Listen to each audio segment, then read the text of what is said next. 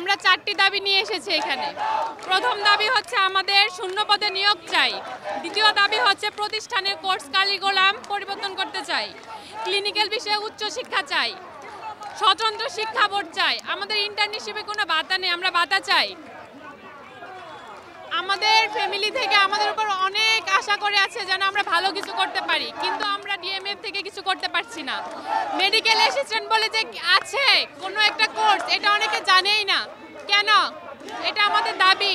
সবার কাছে আমরা থাকতে চাই, সেবা করে যেতে চাই।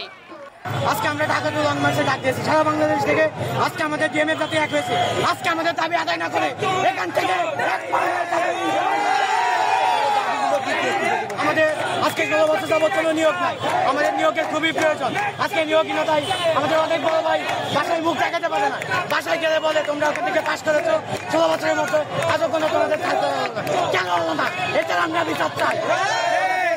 একাডেমিক কারিকুলামের সাথে আমাদের কোনো ইন্টার্নশিপ নাই। ইন্টার্নশিপ না থাকলে আমরা হাতে কলমে শিখতে পারবো না। না শিখতে পারলে কীভাবে গ্রাম্য মানুষের চিকিৎসা সেবা নিশ্চিত করে থাকবে?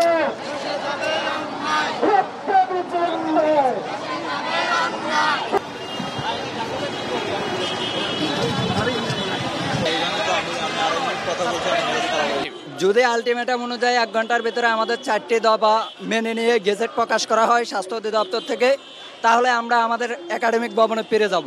আর যদি মেনে না নেওয়া হয়, আমরা এখানে অনশন কর্মসূচি করতে বাধ্য হব। যতক্ষণ পর্যন্ত না আমাদের দাবিগুলা গেজেট আকারে প্রকাশ হচ্ছে, ততক্ষণ আমরা এই শাহবাগের রাজপথ ছাড়ছি না। যদি দাঁড়াতে না দেয় পুলিশ, আমাদের ভাই এবং আমাদের শ্রদ্ধেয়ভাজন স্যার, ওনাদের সাথে আমরা কখনো বেয়াদবিমূলক বা বৈষম্যমূলক কোনো আচরণ করব না। যদি ওনারা আমাদেরকে বাধ্য করে সিন ক্রিয়েট করার জন্য, তাহলে তার আমাদের কিছু করার থাকবে না।